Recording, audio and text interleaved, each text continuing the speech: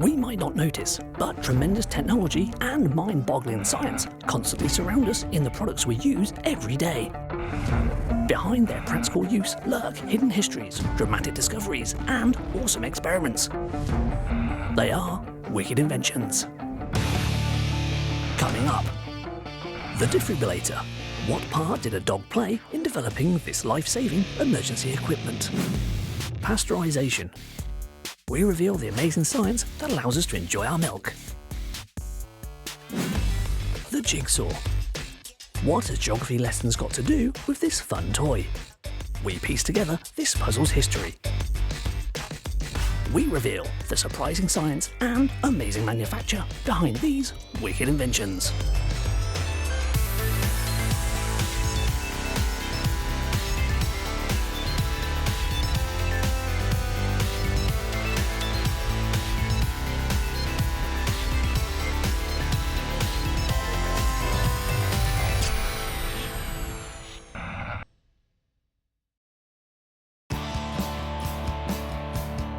Just what exactly does a defibrillator do, and how has it saved so many lives? Life-threatening heart conditions demand that action is taken fast in order to protect those that are afflicted. So with the heart, we actually have an overriding electrical system with the heart, and it coordinates in a synchronised manner so that you can get an efficient heartbeat, because the heart is essentially a pump. With that electrical system, if you have any abnormalities in it, it can produce an abnormal heartbeat, and sometimes it can actually be so inefficient that you don't get a pulse coming out, an effective pulse coming out. So in those circumstances, we can use a defibrillator. So this is akin to restarting a computer. So if you want to get your computer to reboot and to solve some issues that have gone on, then you switch it on and off again. And so with the defibrillator, it temporarily stops your heart, and so that the normal overriding sinus rhythm can kick back in, hopefully. Defibrillation was first demonstrated in 1899 by Jean-Louis Prévost and Frédéric Batelli, two scientists from the University of Geneva in Switzerland. When performing the procedure on a dog, they realised that small electrical shocks could trigger heart irregularities. But then also you could put the heart rhythm back into a normal sinus rhythm, giving another small electrical shock. Though it would be nearly 50 years before this was attempted on a human patient. In 1947, a 14-year-old boy was treated by the professor of surgery at Case Western Reserve University, Claude Beck.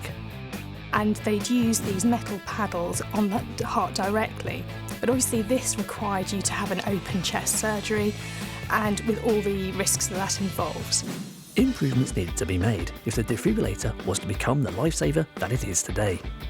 A closed chest device that did not require open heart surgery was developed in the 1950s. As well as this, by the 1960s, the procedure had been refined further as researchers established the optimal timing between shocks, which not only made the procedure safer, but also enabled it to treat even more heart conditions. Today, these techniques have become standard medical practice when treating heart conditions.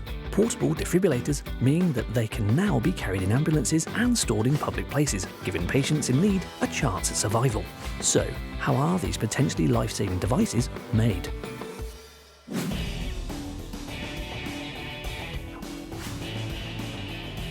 Cardiac Science is a company based in Deerfield, Wisconsin. They have been making life-saving defibrillator machines here since 1991. Cardiac's mission is very simple. It's to provide tools to first responders and lay rescuers to increase the survival rates of sudden cardiac arrest victims. Their automated external defibrillator machines are portable devices that deliver electric shocks through the chest to the heart of cardiac arrest victims.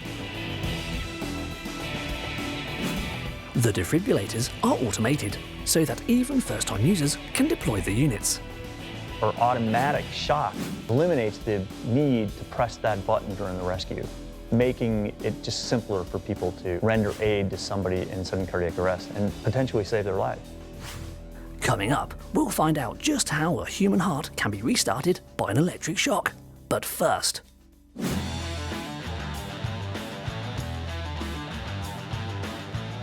the production of a defibrillator machine starts on the factory assembly line. Components are picked and arranged into an assembly tray. Each component has its own slot on the tray. This allows the operator to ensure that all of the needed parts are present. The operator also prints and attaches a serial number to the housing of the defibrillator. This will be used for tracking and traceability along the production process.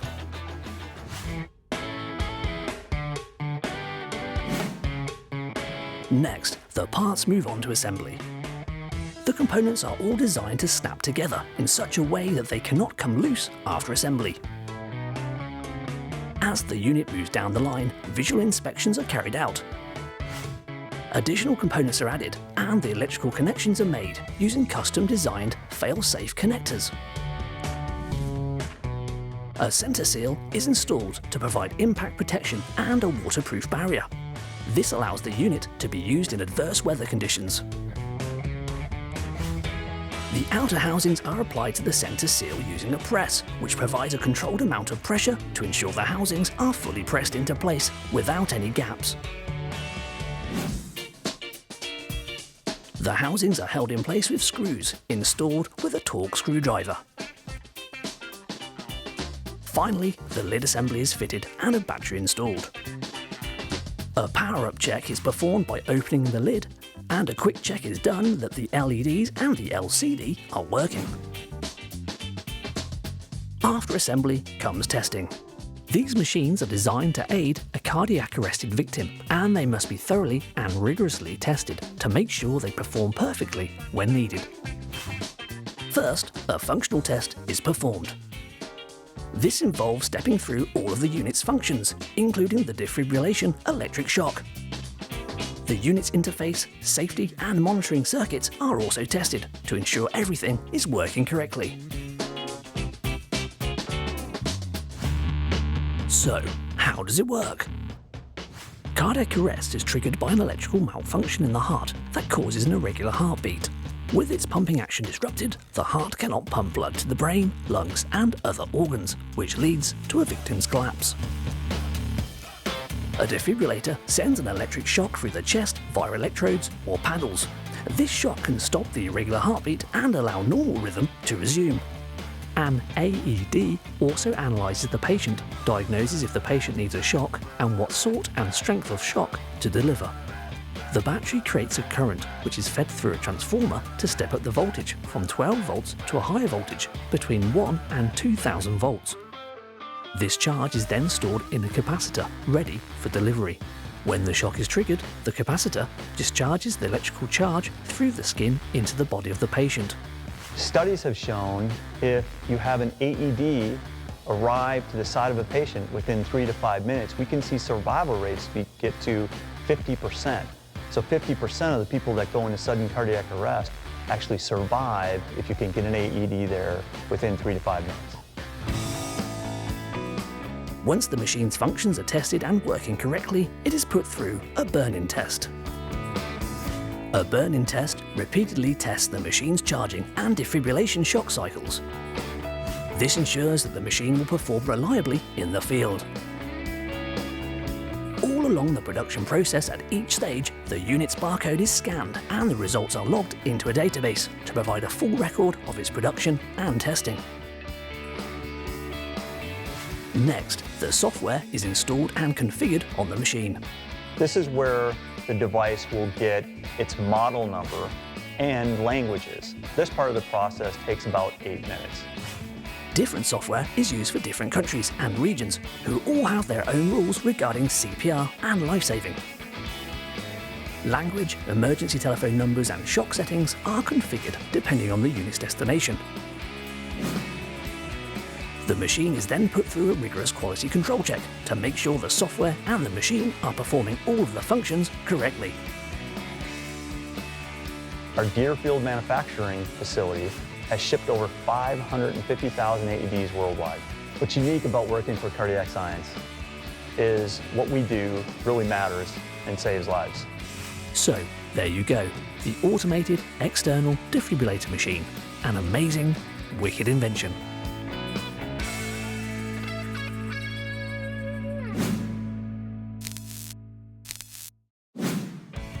When you are munching your cereal or sipping a cool glass of milk, you probably don't realise that you are actually dealing with potentially one of the most deadly foods known to man if not handled correctly.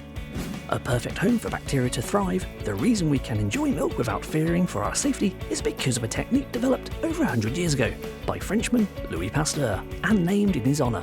It's called pasteurization.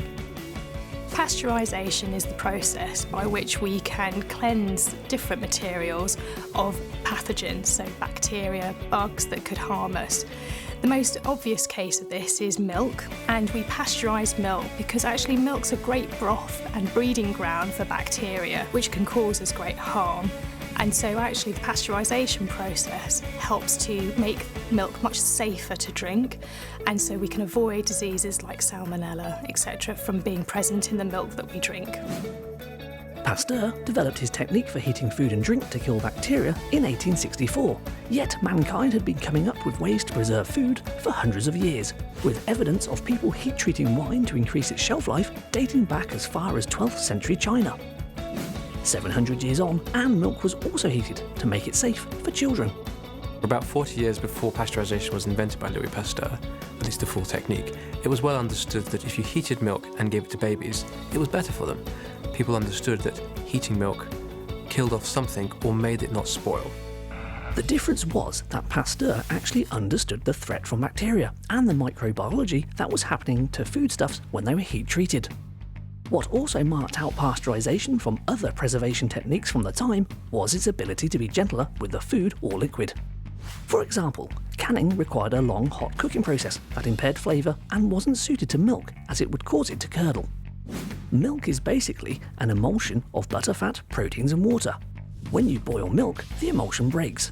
The milk proteins, known as casein, clump together and separate from the watery liquid known as whey, producing the lumpy, unappetizing mixture, which is curdled milk.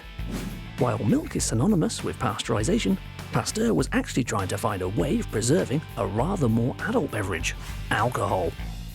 Beer and wine were going off too easily and becoming sour. So vinegar was quite common instead of wine, and in the French, vinegar means vinaigre, meaning wine that is sour.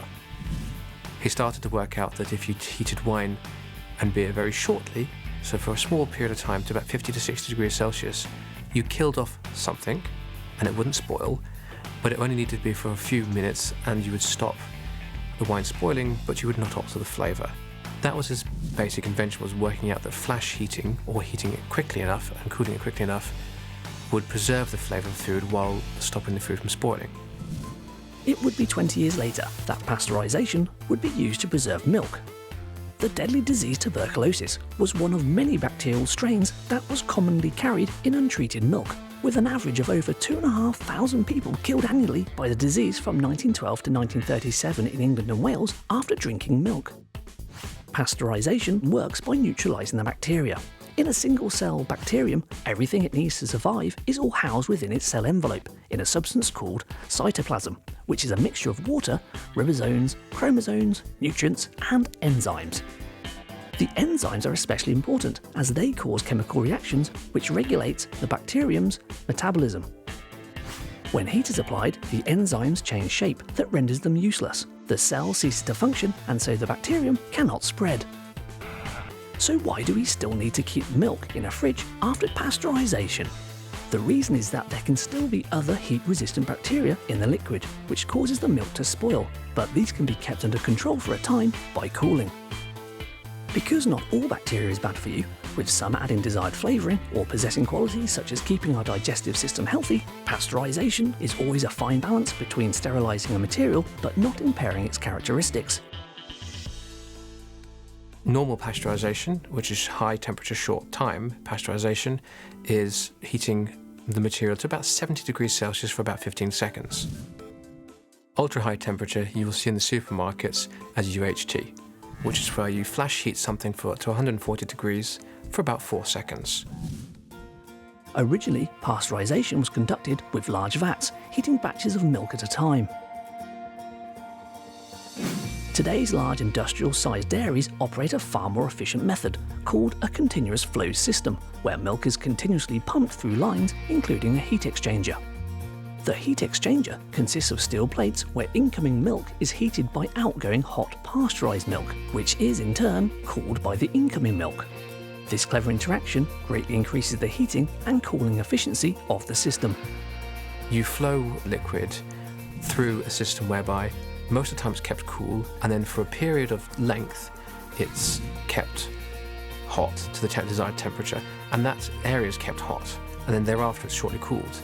If you alter the flow of material through that particular heating system, you can choose the time at which it's pasteurized at that temperature, so heated and then shortly cooled.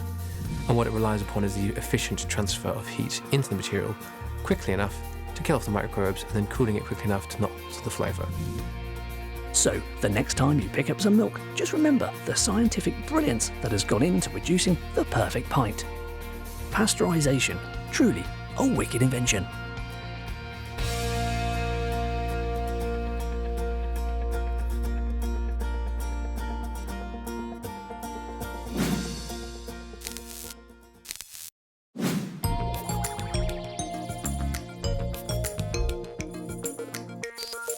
Can we turn milk into plastic?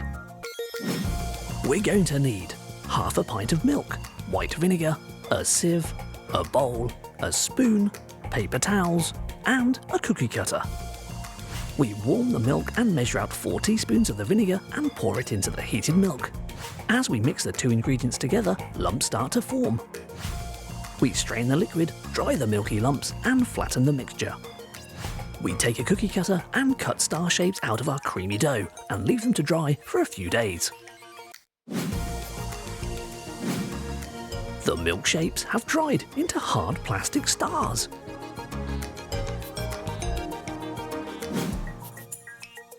The lumps that formed in the milk are called casein, named after the Latin word for cheese. Casein is formed as the acid in the vinegar meets the protein in the milk.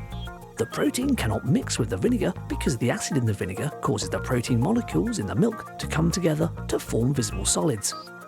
The casein isn't actually real plastic, but there are similarities. All plastics are composed of molecules that repeat themselves in a chain, called a polymer. In our demonstration, the casein molecule is the monomer, and the milk plastic is comprised of a chain of casein monomers, which is a polymer. In fact, in the early 20th century, before the development of synthetic plastics, milk plastics were actually used to make products ranging from buttons to fountain pens.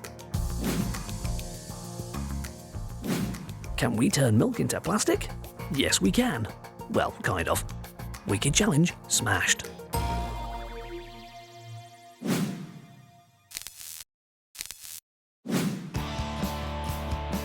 Jigsaws have been keeping those of all ages entertained for years, but just how did it get from a geographical education tool to a fun puzzle? Early jigsaws, known as dissections, were produced by mounting maps on sheets of hardwood and cutting along national borders of countries. They developed in the 18th century. It's commonly thought that a man called John Spilsbury was the first to actually make and then sell jigsaw puzzles. And it's worth noting that actually original jigsaws, they were essentially a bit of wood with a map stuck on the top, and they were used as an educational tool. If we think about our jigsaw puzzles today, which have the little nooks and different pieces that actually interlock together, the original jigsaw puzzles were just cut into pieces side by side. They didn't interlock together. But it was in the 20th century that the real developments took place, and it was changed from wooden to cardboard. A strength of the cardboard jigsaw production process is that it can be mass-produced, making them more available, and not just for the more elite boarding schools that could afford the previous wooden models. And they were given out as prizes for things or when you purchased a product, and it was something you could share with your family. So it evolved into this puzzle game, moving away from an educational tool. Now technology has enabled laser cutting of wooden or acrylic jigsaw puzzles, which means the size or shape can be adapted easily.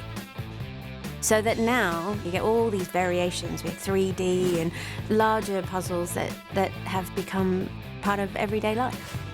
Smaller puzzles, which are aimed towards a younger audience, are often considered to be those of 3, 5 and 750 pieces. More common and sophisticated jigsaw puzzles come in sizes of 1, 2, 3 and 5,000 pieces. They are usually more difficult and time-consuming. Jigsaws are still vastly popular, with the largest piece jigsaw being exactly 551,232, a record set by 1,600 economics students in Vietnam. But how are jigsaws made? Wentworth Wooden Puzzles produce traditional jigsaw puzzles at their headquarters in Wiltshire, England. We've been making wooden jigsaw puzzles for 22 years now. But where does the life of a puzzle begin, and what on earth is a whimsy? It all starts with the design. The highly trained cut designer does exactly as his job suggests and uses computer software to design each puzzle cut, using a combination of visual and mental creativity in order to create a puzzle that can trick and challenge the customer. So you can blame him if you're struggling to finish a particularly hard jigsaw puzzle. Those pieces that he's designing even have their own name. They're called whimsies. These puzzle designs are created for adults and can be very challenging, with no two pieces the same. To make things even trickier, the designer also makes sure that the straight-edged whimsies can be in the middle, so that the old trick of starting with the straight edges and the corners on the outside simply won't work here. Once the designs are complete, the puzzle image is selected and printed onto high-quality paper. This paper is then stuck to a wooden board by hand, before being transferred to a heat press machine. When sealed, this heat press takes just a few minutes to adhere the paper securely to the board. Those cut designs that were made by the tricksy designer earlier are sent and programmed into a laser cutting machine. The board is placed into a specially created frame, which is positioned under the laser head. The appropriate cut is selected to run the program, which chops the puzzle into the pieces and shapes created by our cut designer. The most common jigsaw that we cut is a 250 piece, and that takes about 5 minutes, just under 5 minutes to cut, just one. But we tend to cut 2 up at a time. We do a tiny micro 40 piece puzzle. They take around about 1 minute, just over 1 minute to cut just one. But again, we have multiple up on boards and cut several up at one time. When the program stops, the laser operator transfers the cut puzzle to a specially made table and breaks it up before carefully scraping it together down a chute into the bag.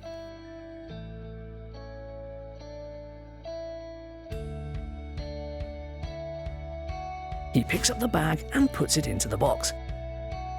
As we become quite popular, particularly in overseas markets like the USA and Europe, meeting the demand at Christmas. So it's quite a seasonal purchase for a lot of people. So the last quarter of our year, about 40% of our sales come in. So the challenge is making enough puzzles throughout the rest of the year and then topping up in that last quarter to meet the demand that's available. And that's our puzzle ready to provide hours of therapeutic jigsaw joy. Wentworth can make in excess of 150,000 puzzles every year, keeping the world nicely puzzled. The question is, are those puzzles harder to compete than they were to make? You decide. Jigsaw puzzles, truly a wicked invention.